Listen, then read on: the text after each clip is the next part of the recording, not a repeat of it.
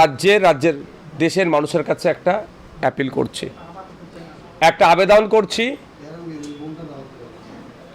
আবেদন করছি যে আমার পাশে এই ছোট্ট বাচ্চাটির নাম শেখ সাহিল, এর বাড়ি রিপন স্ট্রিট, কলকাতা। নানির বাড়ি আমাদের একদম পাশের গ্রামেই, পাশের অঞ্চলে, মুন্ডলিকা অঞ্চলে, আমাদের ফুরফুরা শরীফের পাশের একদম অঞ্চল। এই বাচ্চাটি বিরল রোগে আক্রান্ত।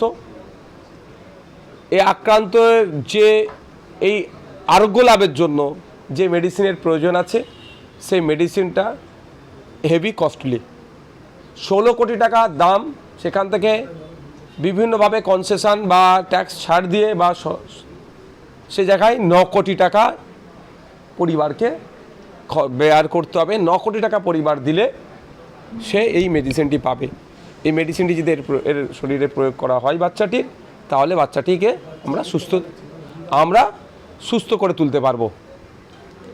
তাই আমি সাধারণ মানুষের কাছে অ্যাপিল করব যে একটা পরিবারের ক্ষেত্রে 9 কোটি টাকা অ্যারেঞ্জ করা, আর এই ধরনের প্রান্তিক পরিবার আর্থিকভাবে স্বাবলম্বী নয়, দুঃসাধ্যকর স্বপ্নের ব্যাপার একটা, তাহলে কি এই বাচ্চাটি সুস্থ হবে না?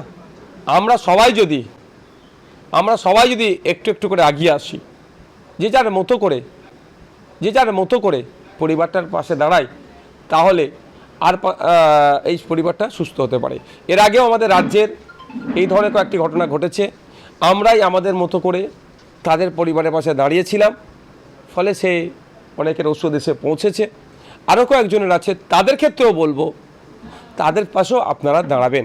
তবে আমি অতীব দুঃখের সাথে বলছি, আমি অসুস্থ, আমাকে সুস্থ করে তোলার দায়িত্ব হচ্ছে রাষ্ট্রের। আমার মৌলিক অধিকারের মধ্যে এটা পড়ে স্বাস্থ্য পরিষেবা। রাষ্ট্রযন্ত্র আমাদেরকে ক্রমশ শোষণ করছে, কিন্তু আমি অসুস্থ হলে আমাকে সুস্থ করে তুলে হাতে কার্ড ধরিয়ে দিচ্ছে।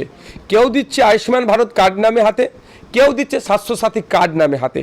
তো এইগুলো আজকে অতীব দুঃখের সাথে বলছি, এটা ছিল রাজ্য সরকারের দেখার দরকার।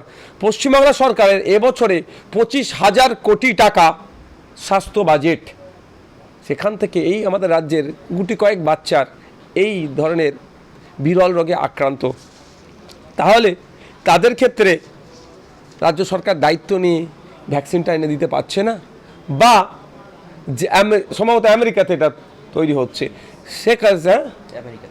সে কোম্পানির সাথে কথা বলে যাতে রেটের ক্ষেত্রে যেভাবে আকাশ ছোঁয়া দাম, সেক্ষেত্রে যাতে আপনাদের কাছে আমি বলবো, রাজ্য সরকারের কাছে আবেদন করতে হবে আমাদেরকে, সাধারণ মানুষকে আমি অ্যাপিল করব, যেমন আমরা আজকে আর্থিকভাবে সহযোগিতা করব এই বাচ্চাটির জন্য, আরও দু চারটি বাচ্চা আমাদের পশ্চিমবাংলা আছে, তার জন্য সহযোগিতা করব, ঠিক কথা। সাথে সাথে রাজ্যকে আমরা প্রশ্ন করব যে আমাদের বাড়ির ছেলে মেয়ে অসুস্থ, সেটা রাষ্ট্রের মৌলিক দায়িত্বের মধ্যে পড়ে, ফান্ডামেন্টাল রাইটসের মধ্যে পড়ছে যে আমাকে সুস্থ করে তোলার দায়িত্ব হচ্ছে সরকারের। তাহলে আমাকে অর্থ খরচ করে কেন সুস্থ হতে হবে, বা আমার পরিবারের লোককে অর্থ খরচ কেন করতে হবে, এটা প্রশ্ন তুলতে হবে। তা আমি এই বিষয়ে বিস্তারিত যাচ্ছি না, আমি অনুরোধ করব যে 9 কোটি টাকা এই বাচ্চাটিকে বাঁচাতে, সুস্থ করে তুলতে লাগবে।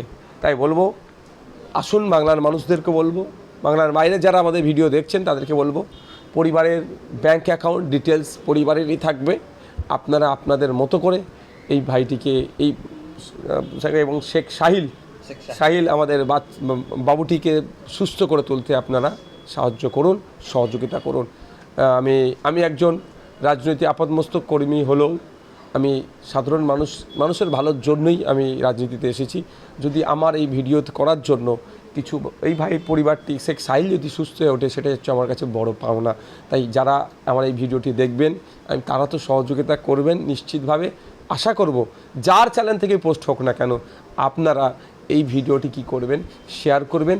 আপনার বন্ধুবান্ধব সার্কেল যেটা আছে, কলিগ আছে, বা চাকরির ক্ষেত্রে যারা যেখানে আছে, তাদেরকে আপনারা এটা শেয়ার করবেন, তাদের কাছে পৌঁছাবেন।